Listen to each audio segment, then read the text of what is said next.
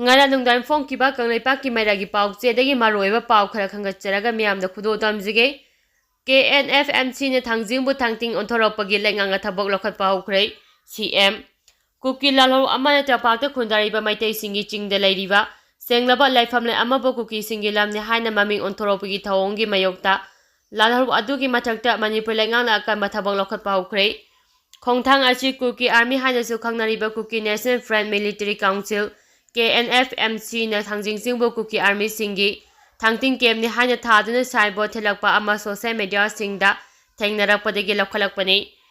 Hiram asiga mai lanina Manipur ki Chief Minister M. Singana mahaki ex iduna thagalakpa waro amada Kuki lalaru Kuki National Front KNF Military Council ki mathakta langa achina makhogi mathakta case file tawre thangjing hairiba mafam asi protective site amani lalhawa asina makhogi oiba maming thangting haina maming onthoklariba asi Manipur Names and Place Act 2024 adubu bayore tawani hariba mafam asigi maming hongdo hongjing tawada chenaba khudima makhogi mathakta phaba punba tawnaba thabak lokhale haina wafam idina Chief Minister M. Singana post sagalakli panbayai haukiba inkumja lising aniga sumna kunguni thoigi October thada Manipur ki bine na wari amalawduna ibudau thangjing lam ekar mari kabru laifam lam ekar ani amadi Laipurkri ki lam ekar mari asibu Manipur SS and Historical Monument and Archaeological Site and Remains Act 1976 ki Section 4 ki makhada ngak semba amadi encroachment tawba yahandaba haina warip lawba laikhrabani Kuki militant singna Nongmei kapsilakpadagi handuna kappada Kuki militant ahumlom sire haina thajanari ngarang ahing nungyai pung amaga minipum mangaram taba matamda Bisnupur district ki marang AC ki manungchana Tronglaubi awang laikai ki maning thangba saruk tagi chalaga laiba Galjang hariba mafam asidagi so 1 kilometer anirom changsilaga Churachandpur district ki manungchana laiba Gamong hariba mafam achida akan mamongda Nongmei kapna khrei Nongmei kapna ba aduda Kuki militant ahum hena sirangani haina thajanari Paukse asina phangba paugi matung inade Galjang hariba mafam asiga nakna laiba Manipur Boarding English School hariba Kuki singna Ran tauba haujikti mai thadokraba school asidagi khara changsimba mafamdagi Kuki militant singna Nongmei ram kya kaptuna amadi bom pukai handuna attack chatharakibani hairi Kuki militant singna chatharakiba akamba attack aduda chakhangdaba khulai paiba khupu amana handuna Nongmei kapchingki sakhangdaba khulai paiba khupu aduna akiba laitana Kuki militant singna laiba mafam adomda haina singna thomjinduna mafam aduda saramba bunker ani amasu thugaiduna manganki Hairiba mafam aduda thuptuna lairaba matungda amu hana Kuki militant sing aduga Nongmei kapna bagi thodok thoki maduda Kuki militant ahumdagi hena sirangani haina thajabada natana kaya amasu aso apan narumgani hairi Nongmei kapna ba adu pung ani makharom fawba chatharaba matungda Kuki militant sing adu mafam adudagi handokuna chengki hairi pawasin hai drone thagatuna yengba matamda Kuki militant sing asi ana yaure habadu khangba ngamkhibani ahanba oina ngarang ahing pung amaga minipu manga taba matamda Kuki militant singna Nongmei kapsilakhiba aduda Galjang hariba mafam aduda CRPF ki company ani su lairibani Nongmei kapa amadi bom ani rom kapsilakpagi makhol adusu CRPF singsu taba ngamki adubu CRPF lepham adudagi khara lapa mafam oibana CRPF singna khud hanba laikhide amadi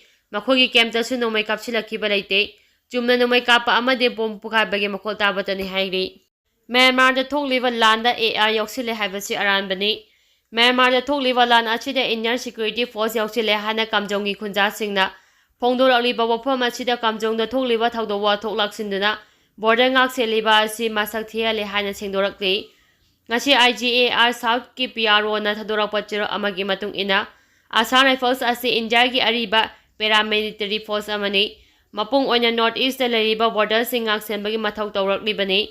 kamjongda lariba Assam Rifles na ngamkhaida lona lanchilakpa sing drug khusu khulai amadi mayai kaba nisagi polam sing lalo itik tawba sing thingnaba laibani Myanmar da thokliba irang asina maram oiraga ngamkhai lanchilakpa hengalakpagi maram de refugee singge marakta lalhoba lup singi miyo yoksilakpa yabagi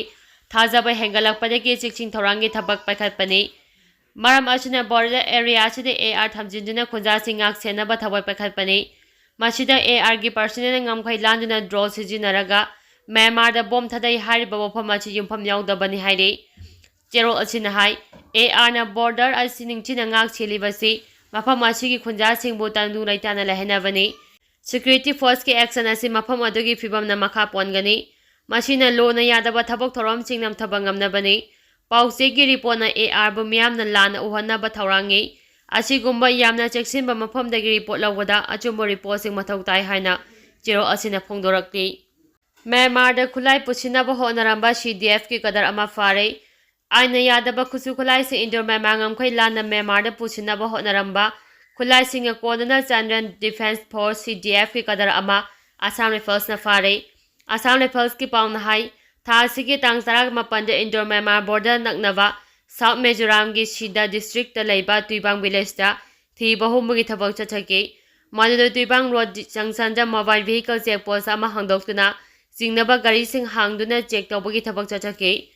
maduda Kembo bite thawduna lakpa miyoi ama khamduna check tawbada miyoi adu Brahmins origin oiramke mangondagi 12 gun south gun car kit round 170 bio bank radio set 14 technical gearing sing amasung radio set 14 phagat pangamke pharaba miyoi adu ahambagi oina wahang pong chathabada khusu khulai sing adu India dagi ngamkhai lana Myanmar da pusinduna military junta ki mathakta lahoba singna sijinabani haiba khangba ngamki tungda phagalaba polam singa loyina miyoi adu makhataba thabak lokhanaba Tuipang police station na khusina khre hairi buffer zone ni laukthokpa leite state asigi mafam amatada buffer zone ni hana laukthokpa leite haina Manipur police na social media da thadorapa world aman hairi world asigi matung ina media gi pawda buffer zone ni hana media da thadorapa yaunare state asigi sing amasu tamga tainaba mafam singda ngasi phawa state laingangna buffer zone ni hana laukthokpa amate leitri miyamna chathok chachin nungainabagi damakte irang kama mafam singda matik chaba security thamduna pamdaba thodok sing thokkanaba thabak laukhali hairi pungni phuni pange manungda pakhum pigadabani tombi Manipur da awonba ama puraknabagi damakta tonga tonga ba chingi mafamda chaba phangboi phangdaboi lairiba akhoigi yaworoi singbu loisinabani haiduna yumonaba lebaki laloba sing India laingangna sijinaba haibasi hakchina lawi haina siba sena Manipur unit ki president M Tombina phongdokre Wafam asing asi Bapupura da laiba siba senagi office ta pangthokiba paugi mifam amada mahangna phongdokhibani mahak nahai tha tarahumdoi helaba Manipur da thokliba irang asi kanglup ani ki marakta thokpa oirabadi nahana loisilamgani hauji irang asida thangnariba country gi lal haurup yawi haina NSCM IM na statement amada mayek singna palliba wafam asi taraine lafam thokte masigi matangna Manipur gi security advisor Kuldip na pungni phuni pangi manungda sengdopam thoi haina su phongdokhi bot masing thigadaba official singe training asidagi haukrei 19 subo lok sabha gi inner amasung outer constituency gi bot masing thiba mathang tha June 3 dagi hauragani tangka ahum thokna pangthokadoriba ahamba tangka ki bot masing thibagi training asidagi haukrei training asidagi official kyana saruyari district singe election officer singna bot masing thibagi tangai fadaba thabak sing phaka paurei Imphal West ki oina su counting hall mapan ta bot masing thigani district election official thawbana thokpa chero amagi matung ina 30 Lilong AC ki special polling outer ki bot masing thawal DC office complex ki block department office counting number 1 da thigani Thawal district ki oina block department official singa saru yaduna counting hall number 1 da 31 Thawal AC 30 Hairok AC 34 Wangjing Tengtha 33 Wangkem AC amadi 35 Khangabong na special AC gi counting special number 2 man counting hall da board masing thigani board masing thiba asiga mai lenena inner amasung outer gi candidate singna makhoi gi polling agent gi mi sing adu tha asigi kuntraga ma thoi phawbugi manungda pusilakadabani hairi